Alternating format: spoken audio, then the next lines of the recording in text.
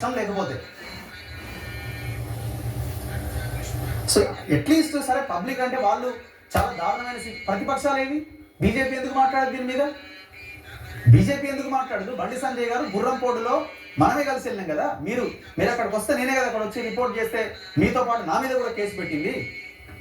నేను A19 ఆ కేసులో గుర్రంపోటు కేసులో నేను జైలుకి పోయిన 13 రోజులు ఇదే గిరిజనుల అదే లంబాడీల భూముల విషయంలో మీరే కదా ఆనాడు పార్టీ అధ్యక్షుడిగా ఉన్నది రెస్పాండ్ అవ్వాలి మీరు కూడా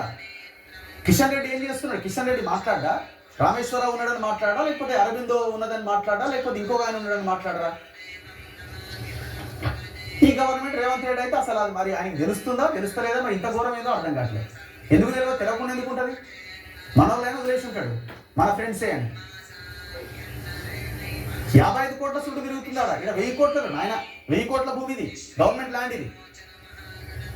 లేదా ప్రజలకు ఇల్లు కట్టి ఆ ప్లేస్ని తీసుకునే అవసరం అయితే ఒకవేళ అది అసలు రైతులకు ఇవ్వము ఇచ్చే అవకాశం లేదంటే అదే రైతులకు అక్కడ ఇల్లు కట్టివ్వండి డెవలప్మెంట్ చేసి కొంత భూమి ఇవ్వండి మిగతాది పేదలకు ఇల్లు కట్టివ్వండి దీని పక్కనే దాదాపు 217 ఎకరాలు కబ్జా చేసినాడు అపర్ణ కన్స్ట్రక్షన్స్ అంటాడు దీనికి ఆనుకొని మనం ఓన్లీ దీని గురించి నేను ఒక ఆయన అడిగితే చెప్తున్నాడు అరే అన్న మీరు దీని గురించి మాట్లాడుతున్నారు దీని గురించి ఓన్లీ 60 ఎకరాల గురించి మాట్లాడుతున్నారు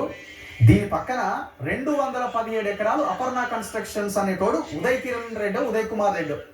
అనేటోడు మొత్తం కబ్జా పెట్టి కూర్చున్నాడు 217 ఎకరాలు ఇంటూ తక్కువలో తక్కువ ఒక